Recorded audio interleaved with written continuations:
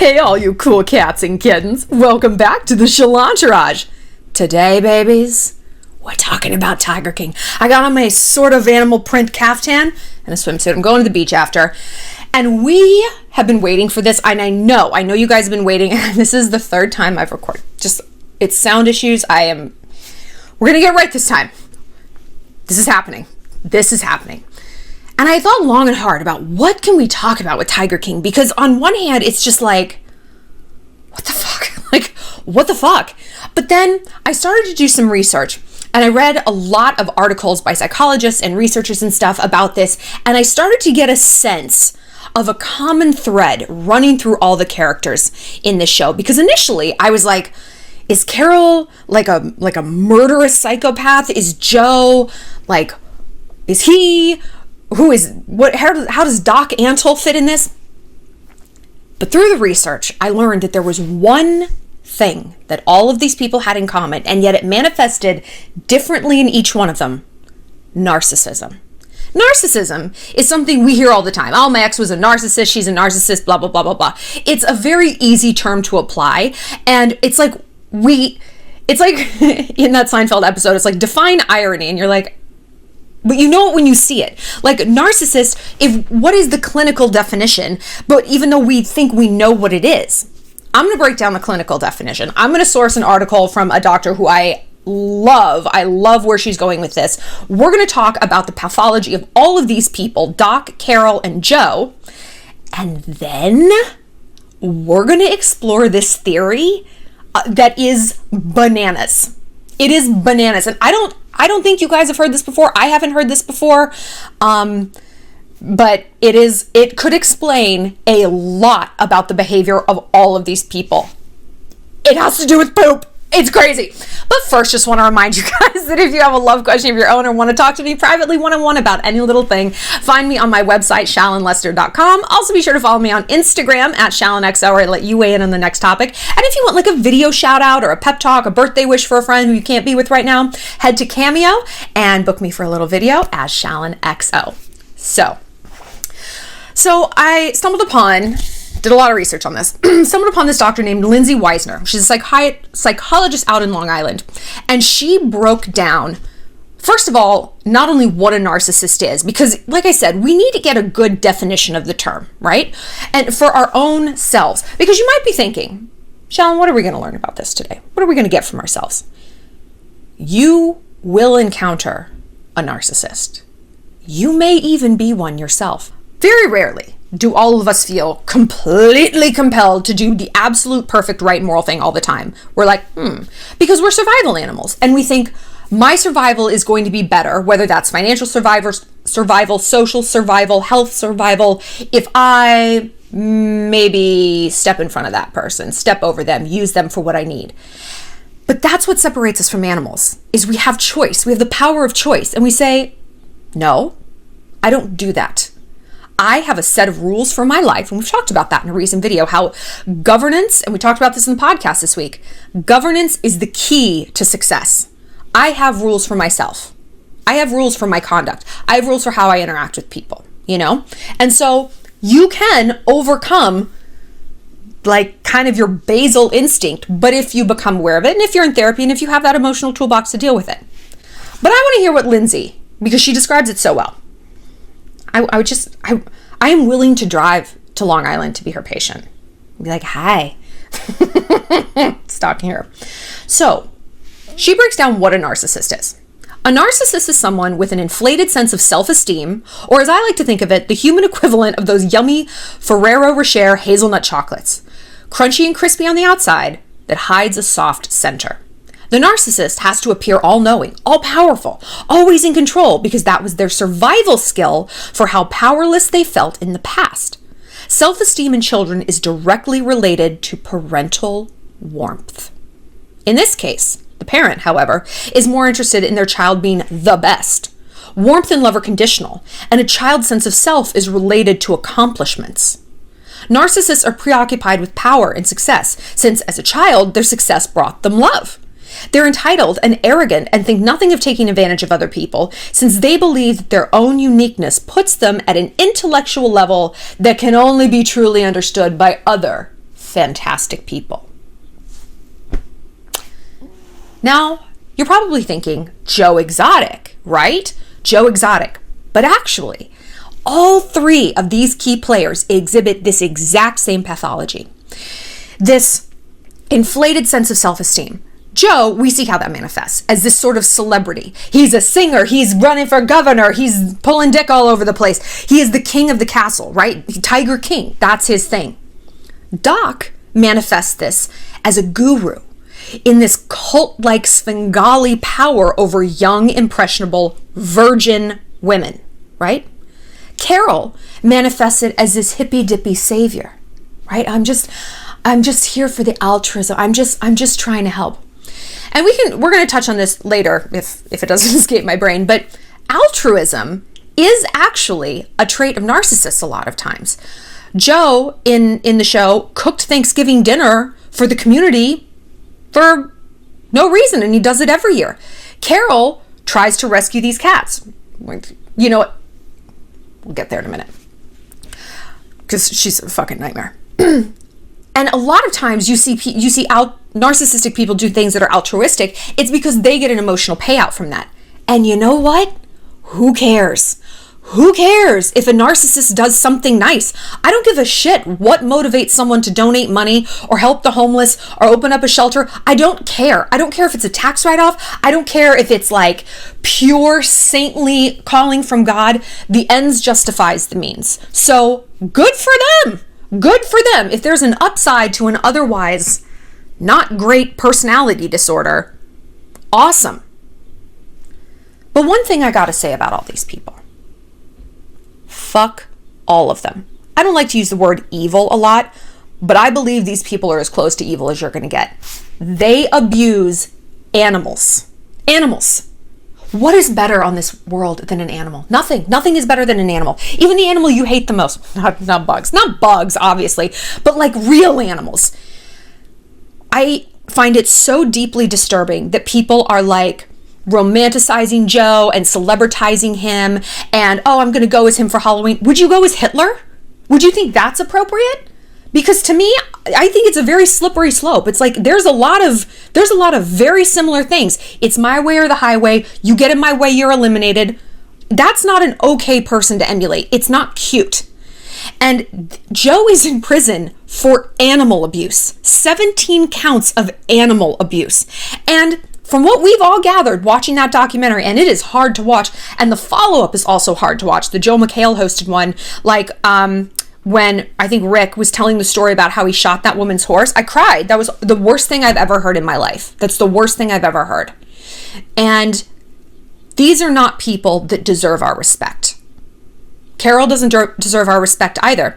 And my mind about all of these people changed because I thought, okay, I felt sorry for Carole. Like, she probably killed her husband, but I felt sorry that she had this campaign of hate waged against her that's so out of nowhere. And then I read this article by the Daily Mail, and they interviewed the producer. And at the very end of the article, the producer said, what switched it for me is that not one of these people involved anywhere in this, not Doc, Joe, or Carole, had any interest in seeing a tiger in the wild. None. And I was like, holy shit. And my mind completely changed. These people don't want to save animals. They want to control them. They're dressing up what their pathology, their varying forms of narcissism in this altruistic pursuit, but it's not. And we're going to break down exactly how and why it's not. I know all of you guys watching this show was like, can't they just take them to India? Can't they just take these tigers to Africa? Can't we mobilize some planes or something to get these animals back to their habitat or rehabilitate them? They're still cubs. Can you imagine doing this for a living and never wanting that? Never even wanting to just go on a safari and be like, wow, here they are in their majestic habitat. Carole, one of the first things she says when we see her as a character is a tiger needs 400 square miles or something of predation. She's like, and we're never going to give that. We can't give that to them. So maybe 10 square feet is enough. It's like, what the fuck are you doing here that's so different from what Joe is doing? You're not exploiting them in this like dog and pony show, but you are exploiting this this niche nonetheless. So let's break down how. So the TLDR there is, fuck all these people. All these people need to be in fucking prison for killing a husband, for animal abuse. You arrest people for prostitution. Prostitution. Who is that hurting? Let someone get a dry hand job in the back of their Buick and live their life, right? Oh no. Took 20 years to nail Joe to the wall. So one thing they have in common is zero humility, right? There's not a lot of humility. Carole's is fake, but no. So they appear to be all-knowing as a survival mechanism, right? We talked about that. And this particularly pings up for me with Joe. We didn't get to hear a lot about Doc's background, but we know he basically made up his name, Bhagavan, which means Lord. I strongly doubt his parents named him that. I mean, maybe that is his government name. I don't know, but I don't think so. No. Also, Doc, is he a doctor? I don't know. He might be. I fucking hate him. He's disgusting, so I don't really want to focus on him. But Joe, I think, was particularly affected by this love is conditional thing, because what struck me about him and what kind of kept me on his side for too long was when he told the story about when he told his dad he was gay and his dad said, shake my hand and promise me you'll never come to my funeral.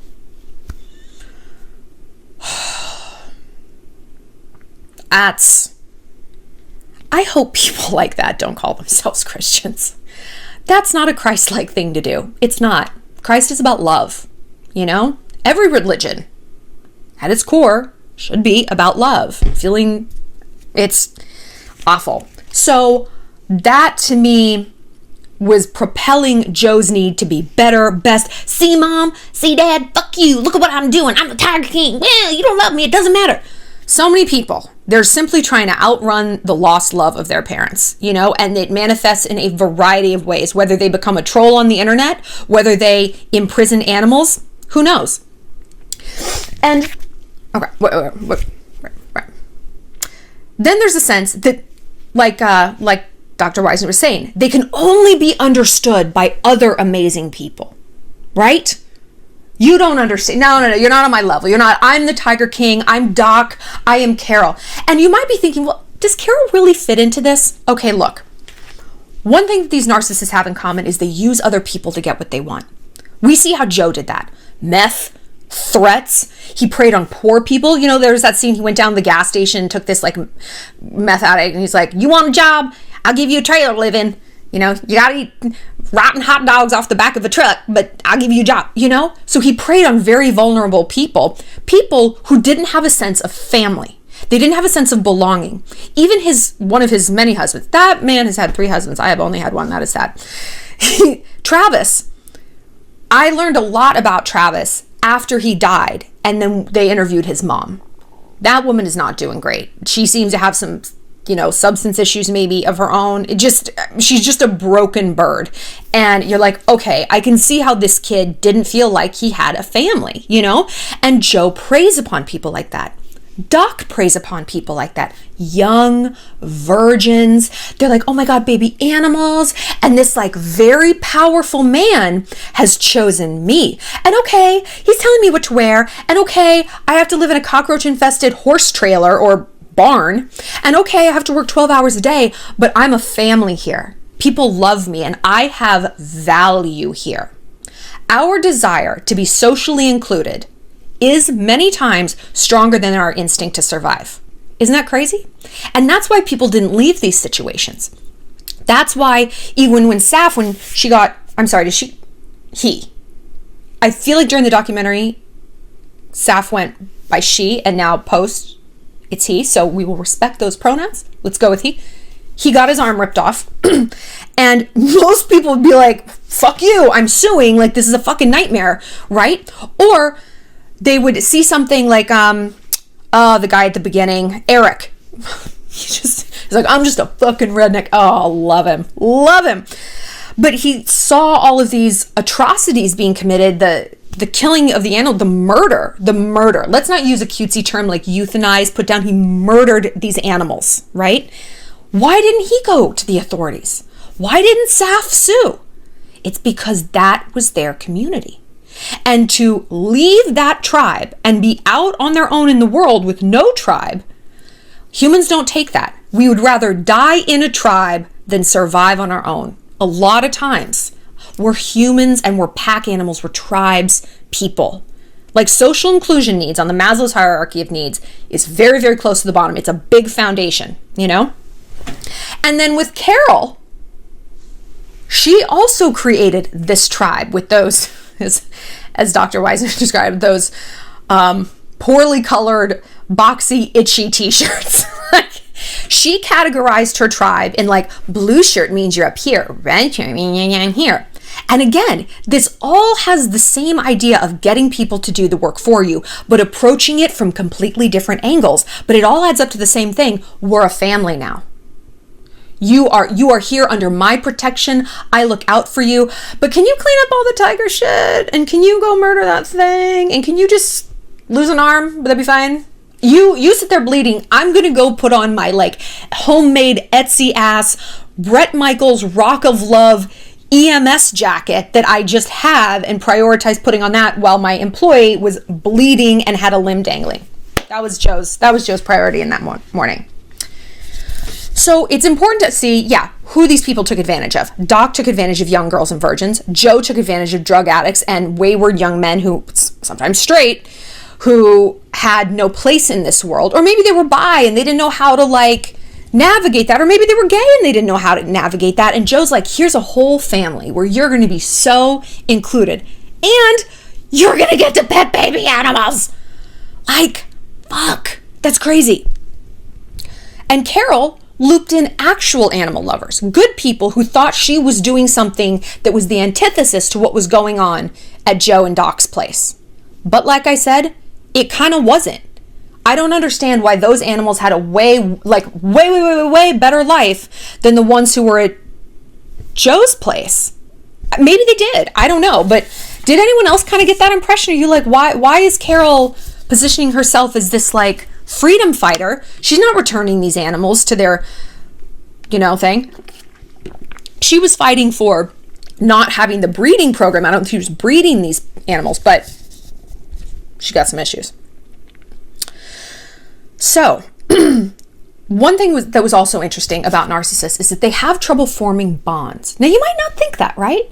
Oh, they need to be loved. They need to be adored. They need to have a tribe. Well, that's not the same as forming a bond. A bond is a covenant. I say a lot of times to you guys when you message me about like having guy friends that you're in love with or just regular friends that you're really fighting with, friendship is neutral and friendship is a partnership. So is a relationship. So is a dating relationship. It's a partnership. It's you've got my back, I've got yours. We've got equal skin in this game. Neither one person has all the power and the other one. And so narcissists, they don't like that. They like relationships where no. They've got the power. They might meter some out to you as a gift. Whew, there you go. Rotting hot dog from Walmart. Whew, you're welcome. But that's it. They always let you know that the power you have is given to you. That is a gift. Carole, with those t-shirts, I will now allow you to clean up a different kind of cat shit. She's not paying any of these people, Because look, of course, organizations have hierarchies. That's how it works. But like, I don't know.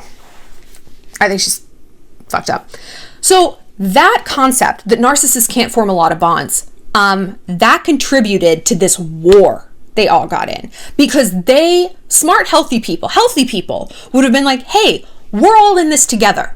We all want to save these tigers. We all want to do good things. But we have to remember that's not what they wanted to do. That's not what they wanted to do. They wanted to have power over people and also over animals. And not just animals, not just like domesticated sheep.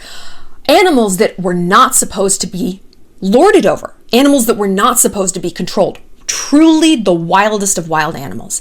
And so what it gave to them from an ego point of view is I not only control all these virgins, I control all these meth heads, I control all these idiot women in these boxy t-shirts.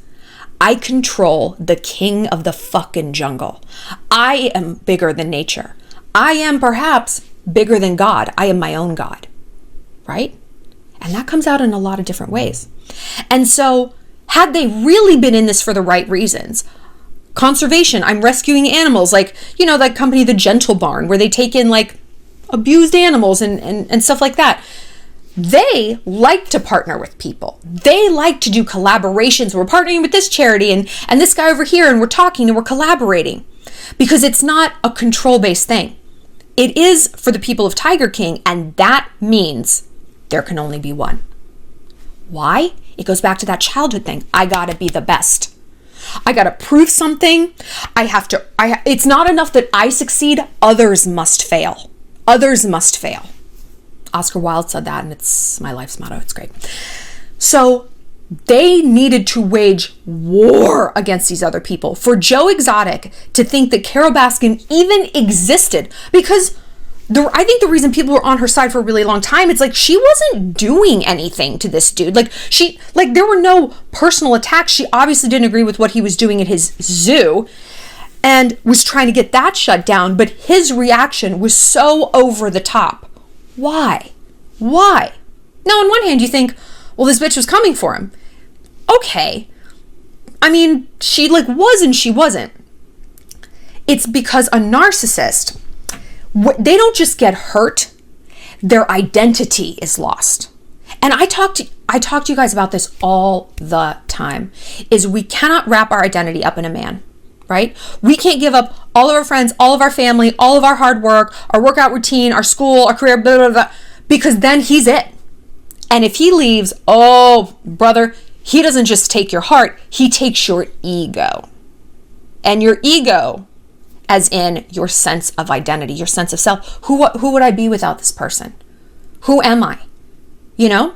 And if you look at Joe Exotic, if Carole took away his power to oppress and lord over people, that triggers narcissistic rage, right? Because he doesn't have anything else. He doesn't have that warm-blooded core of self-esteem that we are always trying to develop here, right?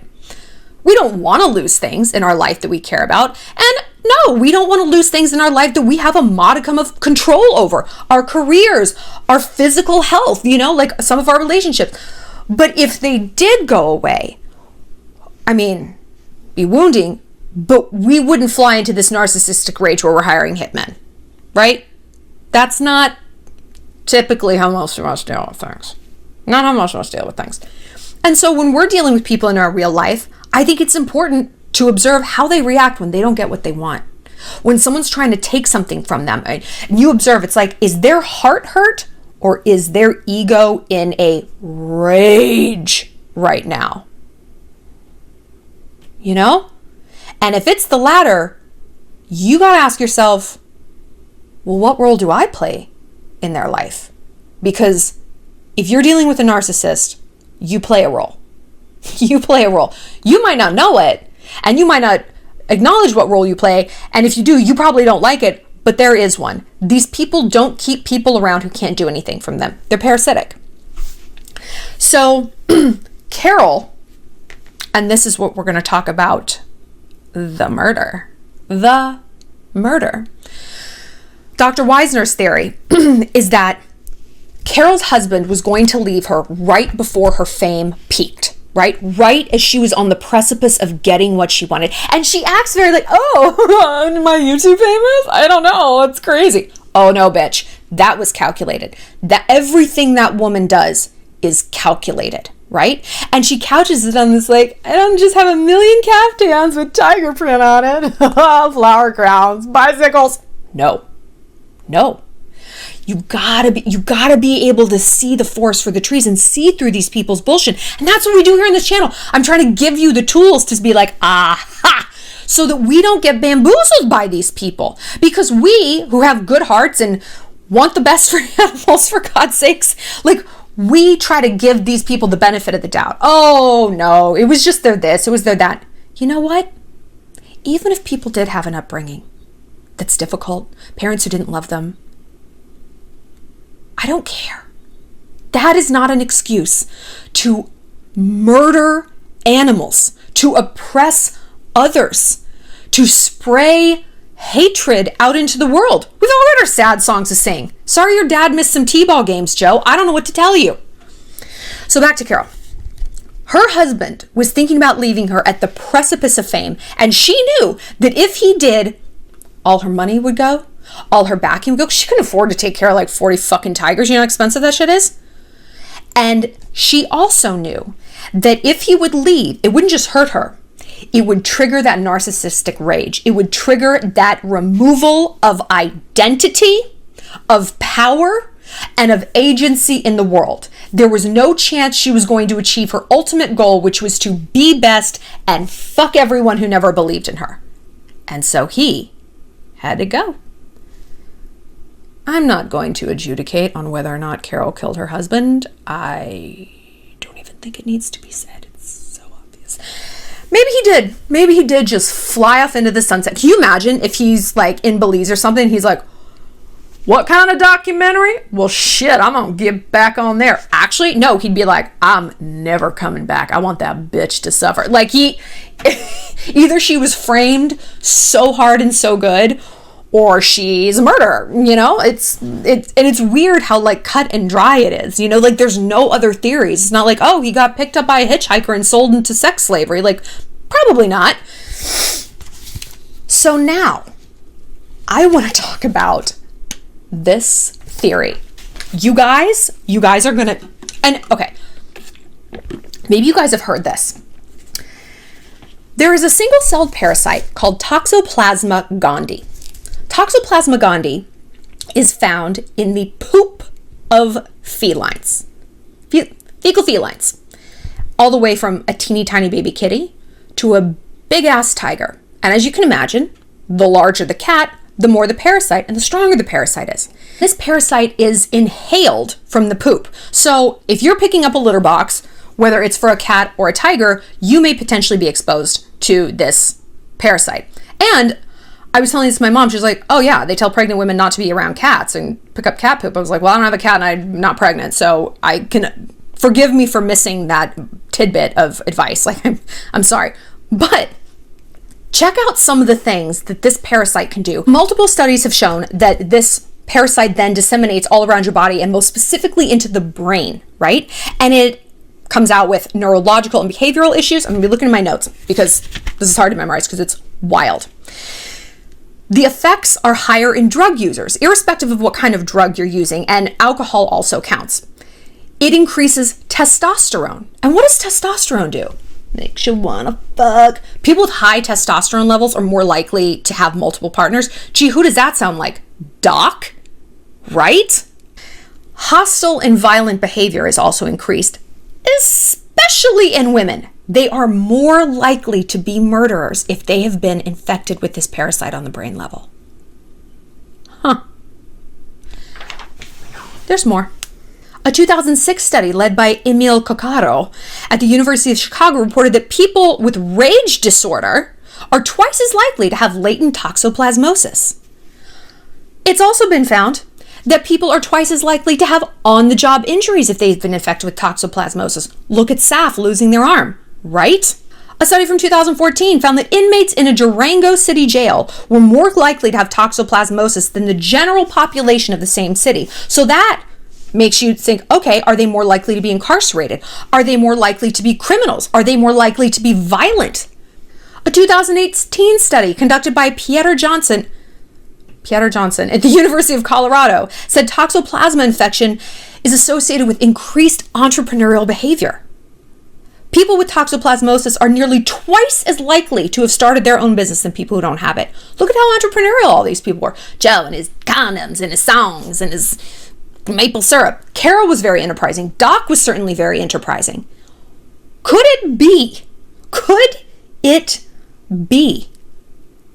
that this poop parasite is fueling this behavior?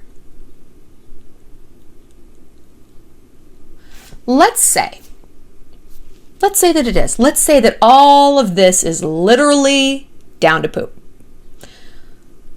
What I go back to is what kind of person felt entitled to own wild animals in the first place? Like way back when they were 21 or 20 and bought their first $2,000 tiger. Who the fuck do you think you are? Who do you think you are? That you get to own this majestic beast that needs to be free? Would you vote for slavery? Do you think you should own, like, people? Well, if you look at their pathology, yes, they do think they should own people. They basically did. Joe, remember Travis wasn't allowed to leave the zoo. People worked 24 hours a day. They didn't get paid.